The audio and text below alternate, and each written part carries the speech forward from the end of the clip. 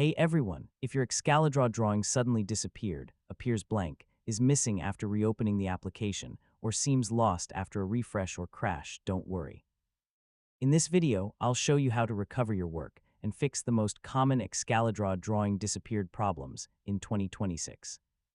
You should also review any recent exports, backups, or saved Excalidraw files. Many users discover that they have a recent copy stored on their device. Another helpful step is checking your Downloads folder and cloud storage services such as Dropbox, Google Drive, OneDrive, or iCloud if you previously saved or exported the drawing. If you're using Excalidraw through another application, such as Obsidian or Logsec, verify that the original vault or graph is connected correctly and that the drawing file still exists in the storage location. You should also check whether you're opening the correct file. Sometimes users accidentally load an empty drawing while the original file remains elsewhere. And that's how to fix Excalidraw drawing disappeared problems in 2026.